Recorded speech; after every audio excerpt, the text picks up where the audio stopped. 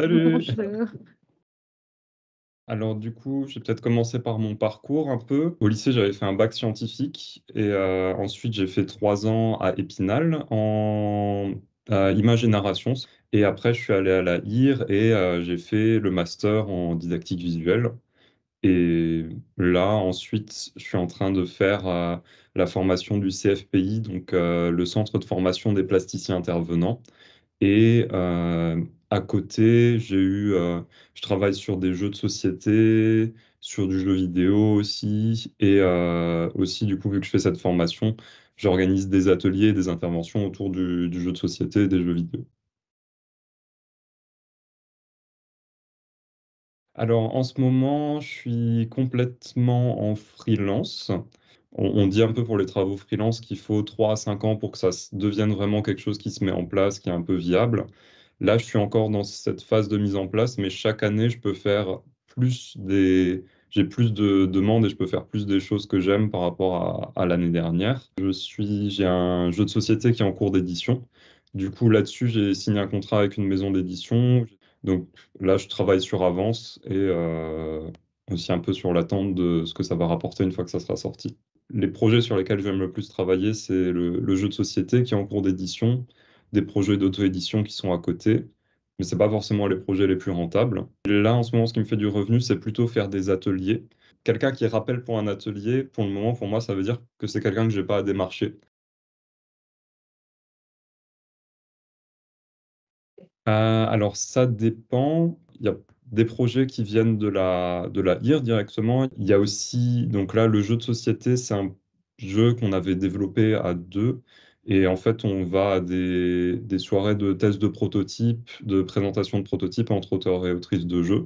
Et il se trouve qu'à une de ces soirées, on a rencontré un éditeur. Et pour les ateliers et les interventions, ça, pour le moment, ça vient soit par mon réseau personnel, donc j'en ai deux qui sont venus comme ça, et une autre, c'est de nouveau par la formation d'intervention que je fais aussi.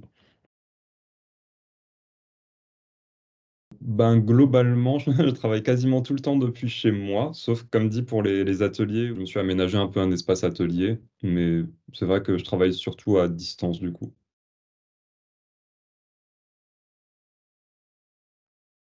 J'essaye de compter mes heures quand j'ai pas trop de choses à faire en même temps.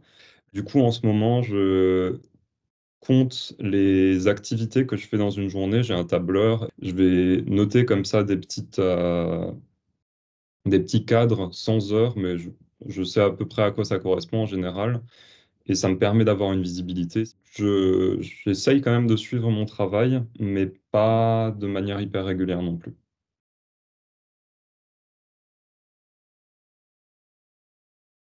J'ai bien aimé mes années en école d'art parce que c'était juste, ça me donnait un cadre, un justificatif et un endroit pour toucher des bourses. Et je pouvais un peu suivre des projets comme je le voulais de mon côté. J'avais des restitutions, je rencontrais des gens qui travaillaient sur la même chose que moi et j'avais des contacts avec des profs, mais j'étais surtout libre de faire mes projets à côté. Alors, c'est pas du tout le cas de tous les gens de ma formation, mais moi, je suis vraiment très à apprendre par moi-même. Donc, j'apprends surtout avec des tutos sur Internet, tout ce qui est de la programmation, les choses comme ça. Il y a aussi beaucoup, je pense qu'il a été vraiment important là-dessus, c'est de pouvoir faire du contact. C'est ça vraiment qui m'a permis peut-être d'avoir des commandes et des choses comme ça. Je vais toujours aller chercher des personnes qui savent faire ce qui me manque. Donc, je dirais que je ressens pas forcément de manque dans ce que je fais. Ça permet aussi d'avoir un regard extérieur. Et du coup, les inconvénients, je dirais peut-être que c'est le temps que ça peut prendre, mais c'est aussi un avantage. Ça fait aussi partie du jeu, justement, de venir avec mon idée en tête. Je me dis, ah, ça va peut-être ressembler à ça. Mais dès qu'il y a d'autres personnes qui viennent dedans, ça devient un projet commun et ça va devenir autre chose. Et pour le moment, toutes les choses sur lesquelles j'ai travaillé comme ça les a emmenés vers du mieux. Ça dépend ce que vous voulez faire, je dirais. Si vous voulez faire quelque chose lié à la programmation, surtout à l'informatique, mais aussi à l'écriture de jeux, de commencer le plus tôt possible. Il y a un peu ce dicton de développeurs, c'est les 10 premiers jeux seront nuls, ils seront ratés. Et du coup, il faut les faire petits et au plus vite pour pouvoir faire toutes les erreurs qu'on va faire un peu dessus et à passer sur des projets plus grands ensuite.